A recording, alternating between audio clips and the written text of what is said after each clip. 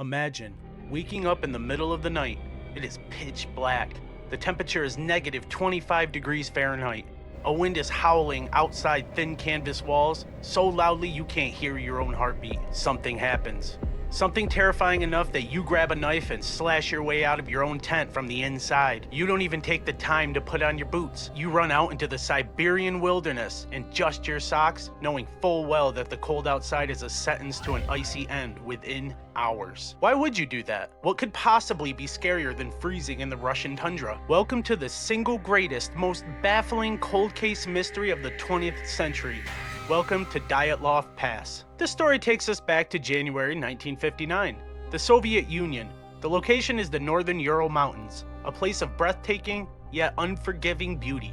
Our main character is Igor Dyatlov, a brilliant 23-year-old radio engineering student at the Ural Polytechnical Institute. He assembles a dream team for a winter expedition. These weren't amateurs. They were 8 men and 2 women, all experienced grade 2 hikers with ski tour experience. They were young, fit, and incredibly tough. Their goal was to reach Otorten Mountain, a route classified as Category 3, the most difficult and hazardous rating possible at the time. The vibe was good. We have their diaries and photos. They were laughing, playing mandolin, and documenting their journey. One member, Yuri Yudin, fell ill early on due to chronic back pain and had to turn back. He was heartbroken to leave his friends. He had no idea that his bad back just saved his life. He would be the sole survivor of that group. The remaining 9 trekked onward into the wilderness. They were scheduled to send a telegram back to their sports club around February 12th, when they arrived at the endpoint village. February 12th came and went. Silence. A few days passed, still silence.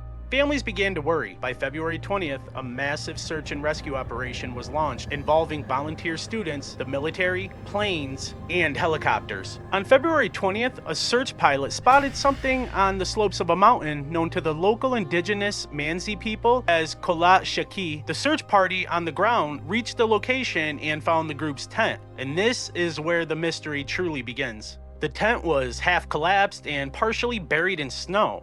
But it wasn't crushed from the outside. The investigators found that the tent had been slashed open with a knife from the inside. Inside the tent, everything seemed normal. Their backpacks, their food supplies, their boots were all neatly arranged. Why would 9 experienced trekkers leave the only shelter and their footwear in sub-zero weather? The searchers followed footprints leading away from the tent. The prints showed people walking in socks, some even barefoot, heading down the slope toward a nearby tree line about a mile away. At the tree line, under a large cedar tree, they found the remnants of a small fire. They found the first 2 hikers. They were dressed only in underwear, lying in the snow next to the remains of the fire. Hundreds of yards away, 3 more bodies were found, including the leader, Igor Dyatlov. They were scattered in a line between the cedar tree and the tent, seemingly trying to crawl back up to the slope toward their shelter, succumbing to the elements one by one before they could make it. It took 2 more months to find the remaining 4 hikers. They were discovered in May,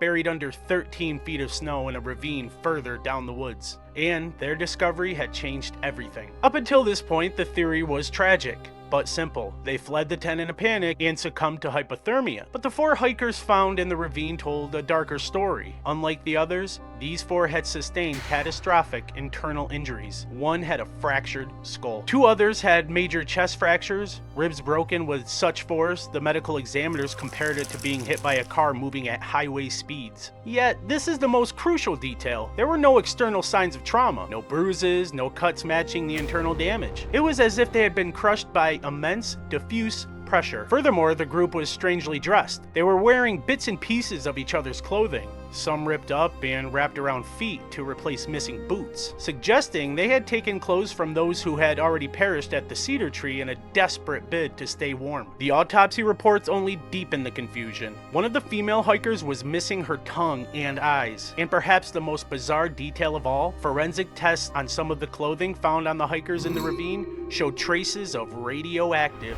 contamination. The official Soviet investigation was abruptly closed in May of 1959. 1999. The final verdict was profoundly unsatisfying. The cause of the incident was listed as a compelling natural force that the hikers were unable to overcome. The files were sent to a secret archive. So what happened on that mountain? How do you explain 9 experienced people fleeing their tent without shoes? How do you explain crush injuries with no external marks? And how do you explain radiation? For well over 60 years, theories have run wild. Let's look at a few of the most popular ones. First, we have the most scientifically plausible theory, recently supported by modern computer modeling, the slab avalanche. The theory goes that the group pitched their tent on a slope that was steeper than it looked. While cutting into the snow to level the ground for the tent, they destabilized the snowpack above them. Later that night, a delayed slab avalanche, a large block of hardened snow, broke loose and slid down onto the tent. It wouldn't have been a massive tumbling movie avalanche, but a heavy, fast slide. The impact could explain why they cut their way out from the inside in a panic. Fearing a second, larger avalanche, they fled toward the trees for cover without grabbing their gear.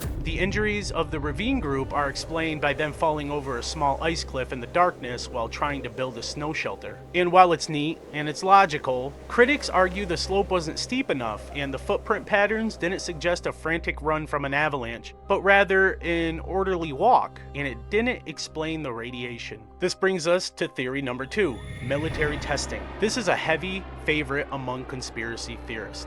The Urals were a vast area used for Soviet military exercises during the Cold War. Other hiking groups in the region that same night reported seeing strange glowing orange spheres floating in the sky in the direction of the Ortorton Mountains. Could the group have stumbled upon a secret weapons test? Perhaps an aerial bomb that detonated above ground, creating a concussive wave strong enough to cause internal injuries without external marks and scaring them out of the tent? Some argue the radiation on the clothes support this, though others say the levels were too low to be significant. The theory suggests the Soviet government covered up to protect military secrets. And finally, we have to touch on the wilder side, the theories that keep you up at night. Some believe it was infrasound, a rare weather phenomenon where wind blowing over specific mountain shapes creates a low frequency sound wave below human hearing that causes vibration in the eyeballs, nausea, and intense irrational panic. The hikers, gripped by sudden terror caused by the wind itself, slashed the tent to escape a threat that wasn't there. And of course, some point to local folklore. The area has legends of a menk, a Siberian yeti, or forest giant. Proponents point to the sheer brute force needed to cause those chest injuries.